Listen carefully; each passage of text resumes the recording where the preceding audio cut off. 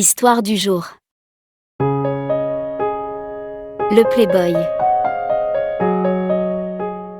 Il est temps de partir. On n'a plus rien à se dire. Déclara Ben Stevens, en s'adressant à la silhouette gracile recroquevillée sur son canapé. Dans une magnifique villa en bord de mer, une jeune femme prostrée sur un canapé, sanglote avec désespoir.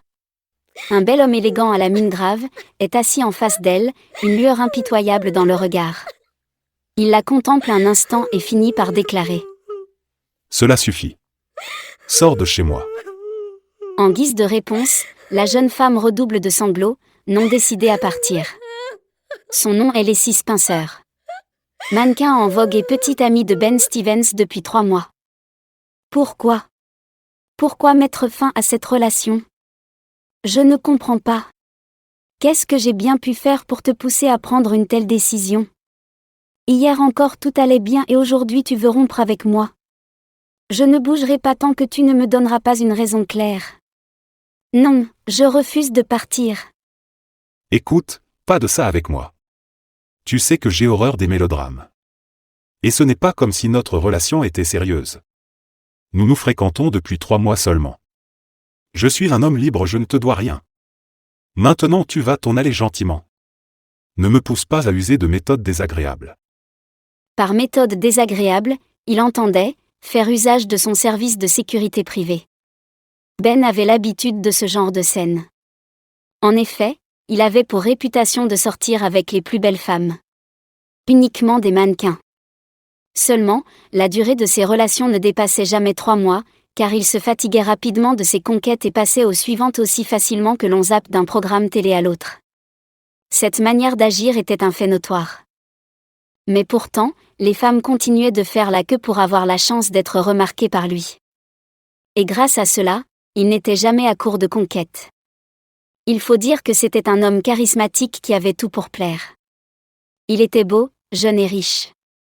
En effet, il était l'héritier d'un empire familial qui devait lui revenir un jour. Dès lors, les femmes qui souhaitaient le rencontrer dans l'espoir de lui mettre le grappin dessus pullulaient. Mais avec le temps qui passait, ce qui avait été un jeu amusant pour Ben jusqu'à présent, à savoir multiplier les conquêtes, avait fini par le fatiguer. Il rêvait d'autre chose. Le gong des 3 mois de la fin de sa relation avec Leslie Spencer avait sonné. Il décida donc de mettre fin à la relation. Mais Leslie se montrait un peu trop résistante à son goût. Il convoqua donc son service de sécurité qui escorta gentiment la pauvre Leslie encore sous le choc, hors de sa demeure. Ben Stevens avait eu la belle vie. Né avec une cuillère de diamant dans la bouche, ses activités journalières consistaient à parader dans les endroits les plus luxueux de la ville au volant des plus belles voitures, et à enchaîner les conquêtes. En effet, en plus d'être un playboy notoire, il était l'héritier d'un grand empire médiatique. Il n'éprouvait dès lors aucun désir de travailler, aux grandes dames de son père, qui souhaitait le former afin qu'il puisse reprendre les rênes de l'entreprise dans le futur. Cependant, après une longue période de vie frénétique, quelque chose changea. Peu à peu, la lassitude le saisit.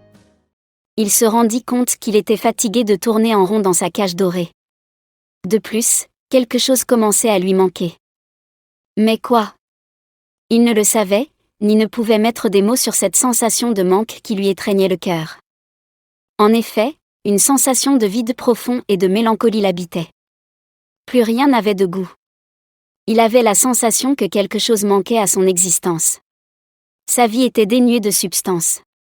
Il avait besoin de plus. À cause de son état, tout l'irritait. À commencer par les gens qui l'entouraient. Plus précisément les femmes qu'il fréquentait. Il commençait à les percevoir comme des vautours, des parasites qui n'en voulaient qu'à son argent, et ne lui apportaient absolument rien en retour. À cette pensée, un sentiment désagréable s'insinuait peu à peu en lui, et le rendait de plus en plus exécrable avec son entourage. Et ses conquêtes commençaient à en faire les frais. À ses yeux, elles n'étaient plus que des parasites et il voulait le leur faire payer. Un jour, au cours d'un déjeuner solitaire au restaurant, il aperçut un couple qui dégoulinait d'amour mutuel. Il les observa un moment, puis, son regard se fit de plus en plus envieux.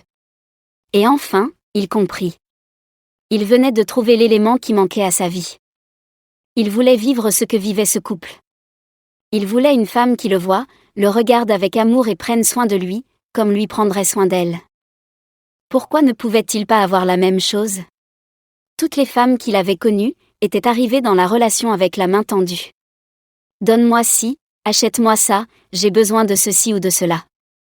Jusqu'à présent, cela ne l'avait jamais dérangé car il avait largement les moyens de pourvoir aux besoins de ses compagnes. Cependant, il commençait à avoir le sentiment désagréable que la relation profitait plus à ces dernières qu'elle ne lui profitait. Après tout, que recevait-il en échange de sa générosité? Toutes les femmes étaient-elles matérialistes? Il le croyait sans nul doute, car il n'avait connu que ce genre de femmes. Son problème n'était pas que ces femmes recherchèrent un homme capable de prendre soin d'elles. Au contraire. Cela était tout à fait normal. Il avait été élevé par des parents aux valeurs traditionnelles, qui lui avaient toujours signifié que l'homme était celui qui devait apporter les ressources et pourvoir aux besoins de sa famille. Son problème résidait dans le manque de réciprocité. En effet, à chaque fois qu'il était en couple avec l'une de ces femmes, elle lui faisait sentir qu'il n'était qu'un distributeur de billets automatiques. En contemplant le couple qui dînait à quelques mètres de lui, en voyant la mine heureuse et réjouie qu'ils arboraient, il comprit qu'il avait autre chose à explorer en matière de relations humaines. En bref, il voulait la même chose. Cette réalisation le mit en colère. Il résolut dès lors de traiter les femmes qui entreraient dans sa vie, en fonction de ce qu'elles lui apporteraient en retour. Il décida donc d'établir une règle de 3 mois. Elle consistait à observer et tester les sentiments de sa conquête du moment. En cas d'insatisfaction, il romprait avec la demoiselle au bout de 3 mois, enchaînerait avec une autre, et répéterait le processus. Son but était de trouver la perle rare. Il n'avait dès lors pas de temps à perdre. Lacey Spencer était la dernière victime de la règle des 3 mois. Et elle était inconsolable. En effet, combien même Ben était un célibataire endurci notoire, comme toutes les femmes qui gravitaient dans sa sphère, Lacey avait rêvé de lui mettre le grappin dessus et le mener devant l'autel. Elle croyait ainsi être l'oiseau rare qui changerait ce playboy invétéré en mari amoureux, et pourquoi pas, en père de famille aimant. Mais elle venait d'échouer. Ben était attiré par un type de femme bien particulier, les mannequins. De toute sa vie, il n'avait connu que ce genre-là, et tout le monde le savait. Justement, Lily Jones, jeune mannequin en vue, avait un gros béguin pour Ben. Elle avait eu vent de sa rupture avec Lacey Spencer et entrepris de tenter sa chance. Après tout, elle avait déjà un atout principal dans sa manche, elle était un mannequin très demandé. Immédiatement après l'annonce de la rupture entre Ben et Lacey, Lily se mit au travail. Elle réfléchit aux moyens de le rencontrer ou plutôt de tomber sur lui sans en avoir l'air. Soudain, elle eut une idée. Elle avait une amie dont le compagnon était un bon ami de Ben. Il suffisait de les convaincre d'organiser un dîner, d'inviter Ben, et le tour serait joué. « Pourquoi n'y ai-je pas pensé plus tôt ?» se dit-elle en se tapant sur la tête. Aussitôt dit, aussitôt fait. Lily contacta son amie et un dîner fut prévu. Lily Jones était une beauté qui avait tous les hommes à ses pieds. Cependant, son cœur ne battait que pour un seul d'entre eux, Ben Stevens. À ses yeux, il avait tout ce qu'une femme pouvait désirer. Jeunesse, beauté, richesse et charisme. Elle rêvait donc d'épouser cet homme exceptionnel à ses yeux. Mais au cas où cela ne marchait pas, elle avait déjà pensé à un plan B. Elle se rabattrait sur un homme riche lambda. En effet, elle entretenait une cour de prétendants riches dont les membres représentaient toutes les catégories d'âge. Cela allait de 30 à 90 ans. Car en cas d'échec avec Ben, tout serait bon à prendre. Elle faisait partie de ces femmes qui pensent qu'il vaut mieux pleurer en voiture de luxe qu'à vélo. Ce soir-là, du splendide salon d'Isabella, provenait une musique douce mêlée des conversations des convives présents à la soirée qu'elle avait organisée à la demande de son amie Lily. Et bien sûr, Ben leur avait fait l'honneur de sa présence. Très vite, Lily aperçut sa proie. Son visage s'éclaira d'un sourire ravi.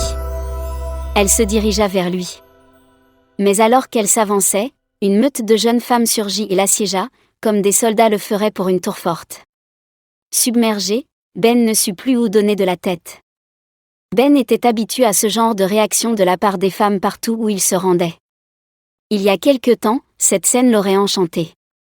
Mais aujourd'hui, cela l'irritait plus qu'autre chose. Il se débarrassa donc de la meute de femmes qui l'entouraient et s'isola un moment. Lily, qui l'observait toujours, s'aperçut qu'il n'était pas de bonne humeur. Elle hésita à l'approcher et demanda l'aide de son amie Isabella. Elle lui fit la requête de les présenter. Ce qui fut fait. Doucement, la conversation s'engagea entre Lily et Ben. À leur grande surprise, ils discutèrent jusqu'au bout de la nuit. En fin de soirée, Ben raccompagna Lily et rentra ensuite chez lui. À cet instant, c'était peu de dire que Lily était sur un petit nuage. Elle n'en revenait pas d'avoir passé la soirée en compagnie de Ben Stevens. L'homme de ses rêves. Elle espérait fortement qu'il la rappelle le lendemain. Ce soir-là, Lily s'endormit avec des étoiles dans les yeux et des papillons dans le ventre. Les jours qui suivirent furent une grosse déception pour Lily. Ben ne la rappela pas. Après une semaine d'attente, elle se décida à prendre le taureau par les cornes. Elle lui passa un coup de fil et exprima le désir de le revoir. Ben reçut sa requête avec nonchalance, mais accepta tout de même de la revoir. Qui sait, peut-être qu'il pourrait en sortir quelque chose de bon. Se dit-il. Il la rencontra donc le jour même, et ce fut le début de leur relation. Quelque temps plus tard, il l'invita à emménager chez lui. Lily ne se fit pas prier et sauta à pieds joints sur cette opportunité. Aussitôt dans les murs de la villa de Ben, Lily multiplia les demandes de toutes sortes. Shopping, restaurant chic, voyage, elle était insatiable. Un après-midi, alors que le couple se promenait sur l'avenue marchande la plus luxueuse de la ville, Lily remarqua un beau manteau dans la vitrine. Elle pressa Ben afin qu'il lui achetât ce manteau, dont le prix mirobolant aurait fait pâlir Crésus. Ce fut la goutte d'eau de trop. À partir de ce jour, Ben commença à se montrer distant. Quelque temps plus tard, il décida de s'éloigner pour réfléchir. Il programma donc un voyage en solo. Lily voulut l'accompagner, mais il insista sur le fait qu'il avait besoin de solitude pour réfléchir. Par peur de le contrarier, Lily n'insista pas et obtempéra. Le jour de son départ, elle le regarda s'éloigner avec la boule au ventre. Un mauvais pressentiment s'était soudain insinué en elle. Une semaine plus tard, Ben Stevens, arborant une humeur sombre comme la nuit noire qui l'enveloppait, sortit de sa voiture et se dirigea vers la porte de son domicile.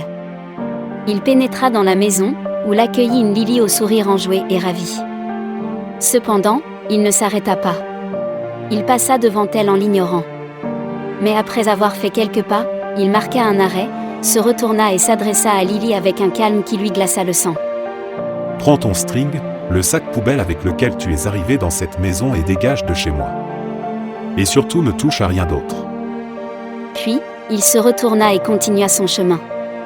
La surprise et la stupéfaction paralysèrent Lily qui ne sut comment réagir. Une fois remise du choc de cette déclaration vicieuse, Lily implora Ben de lui expliquer le pourquoi de son comportement. Il répondit à ses sollicitations avec la même froideur dans les mots. Je suis fatigué d'être un distributeur automatique de billets. Après cela, il fit un signe à la sécurité, et Lily fut conduite hors de la propriété. Une fois dehors, Lily s'effondra littéralement sur le sol, et larmoya abondamment. Elle était encore dans le déni de la rupture, car elle ne comprenait pas le changement de comportement brusque de Ben. Tout avait pourtant eu l'air de bien se passer ces dernières semaines. Pourquoi ce revirement de situation ? Soudain, Lily fut frappée de stupeur. Elle venait de s'apercevoir que leur relation avait atteint le pic des 3 mois. Elle avait entendu parler de cette rumeur concernant la règle des 3 mois que Ben appliquait à toutes ses conquêtes. Mais elle ne l'avait jamais prise au sérieux. Pour elle, ces rumeurs n'étaient que des racontards. Mais à présent, force était de constater que cette rumeur s'avérait être vraie. Inconsolable, Lily héla un taxi et se rendit chez sa meilleure amie Isabella, pour s'épancher sur son chagrin. Après sa rupture avec Lily, Ben tomba dans une mini-dépression. Non pas à cause du fait que Lily lui manquait, mais plutôt parce qu'il venait de se rendre compte qu'il ne trouverait jamais une femme qu'il aimerait pour lui, et non pour son compte en banque. Il décida donc de faire un break dating pour réfléchir à la suite à donner à sa vie. J'espère que vous avez aimé cette première partie. Ne manquez pas la suite de notre histoire.